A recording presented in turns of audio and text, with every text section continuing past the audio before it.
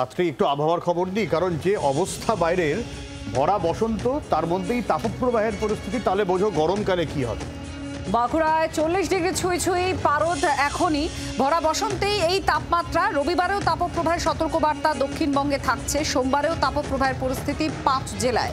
18 আর 19 March হাওয়া বদলের ইঙ্গিত রয়েছে।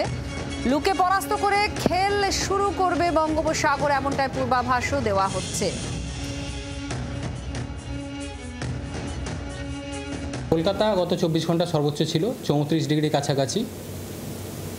দমদম 37 ডিগ্রি কাছাকাছি ছিল গত 24 ঘন্টায়। আগামী দুদিনে আরও 1 থেকে 2 ডিগ্রি মতো তাপমাত্রা বাড়ার সম্ভাবনা রয়েছে।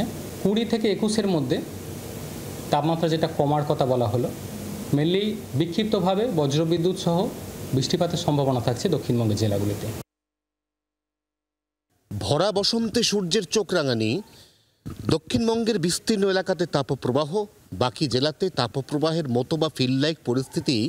অবশেষে সেই পরিস্থিতি থেকে পরিত্রাণের গতিপথ বাতলালো আলিপুর আবহাওয়া দপ্তর। তারা জানালো, মার্চ মাসের 18 তারিখের পর থেকেই একটু একটু করে হাওয়া বদল।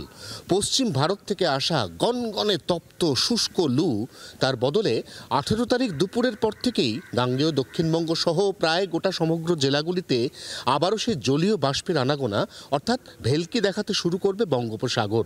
এই জলীয় বাষ্প বাড়তে বাড়তে এমন জায়গায় যাবে যে 20 এবং 21 তারিখে বৃষ্টি পেতে চলেছে দক্ষিণবঙ্গের সব জেলা। একসঙ্গে নয়, বিক্ষিপ্তভাবে ঘুরিয়ে ফিরিয়ে বৃষ্টি, সঙ্গে বজ্রবিদ্যুৎ এবং অবশ্যই দমকা ঝোড়ো হাওয়াতে আবারও তাপমাত্রা অনেকটাই নিয়ন্ত্রণে আসবে। অর্থাৎ 20-21 তারিখের পর এই বাড়তে থাকা তাপমাত্রা আবারও 3 থেকে 4 ডিগ্রি করে কমবে রাজ্যের প্রায় প্রতিটি জেলায়। জি 24 ঘন্টার জন্য ক্যামেরা অরিন্দমের সঙ্গে অয়ন, কলকাতা।